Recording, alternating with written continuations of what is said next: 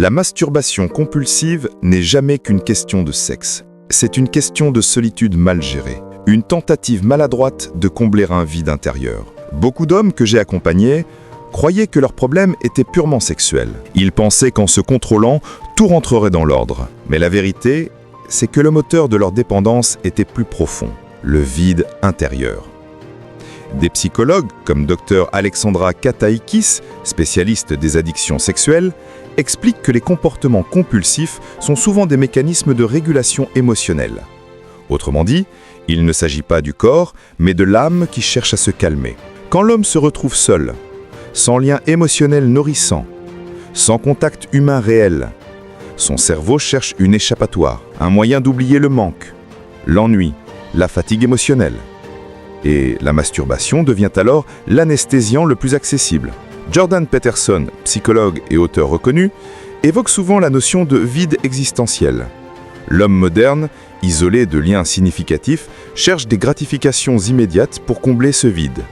Ce comportement n'est pas une faiblesse, mais une stratégie maladroite pour survivre émotionnellement. Chaque frustration, chaque tension non gérée, chaque vide de sens devient un prétexte pour un soulagement rapide.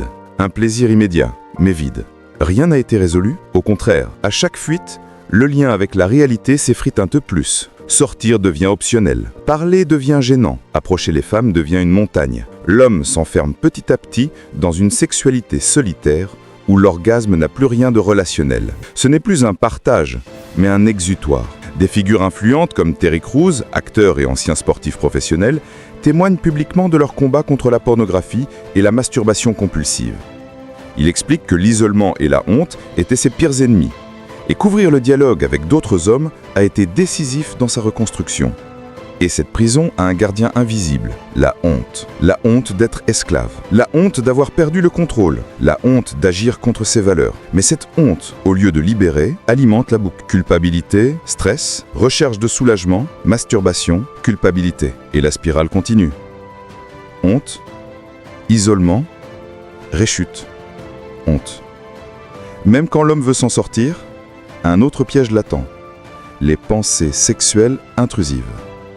Le cerveau, saturé par des années de porno, devient un réservoir d'images et de scénarios, des souvenirs visuels, gravés profondément. Des chercheurs en neurosciences comme Gary Wilson, auteur de Your Brain on Porn, montrent que l'exposition répétée à la pornographie modifie les circuits de récompense dans le cerveau. Ces circuits renforcent l'automaticité des fantasmes, rendant la maîtrise de soi beaucoup plus difficile. Ils surgissent sans prévenir, dès que l'esprit est fatigué ou vulnérable. Ce ne sont pas des désirs naturels, ce sont des réflexes conditionnés, des automatismes mémorisés.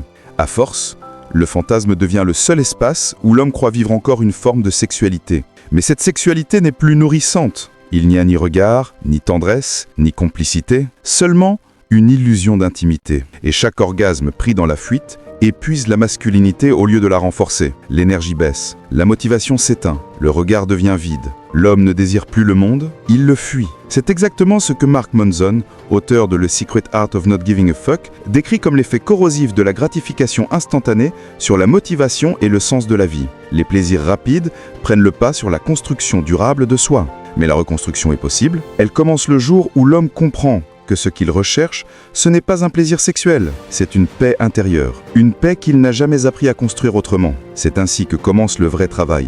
Apprendre à affronter le vide sans le remplir, à écouter ses émotions au lieu de les fuir, à redonner au désir son rôle sain, un élan de vie, pas une fuite. Des communautés en ligne comme NoFap ou les groupes de soutien de type Sex Addicts Anonymous montrent que la responsabilisation et le partage avec d'autres peuvent déclencher des changements durables. La science sociale confirme que le lien humain est un facteur clé de résilience émotionnelle. Pas à pas, on peut désactiver les circuits de la dépendance, apprendre à respirer, à créer du lien, à ressentir sans honte. La guérison ne se trouve pas dans l'abstinence seule, elle se trouve dans la reconnexion. Reconnexion à soi, aux autres, à la vie. Et c'est là que l'homme redevient libre.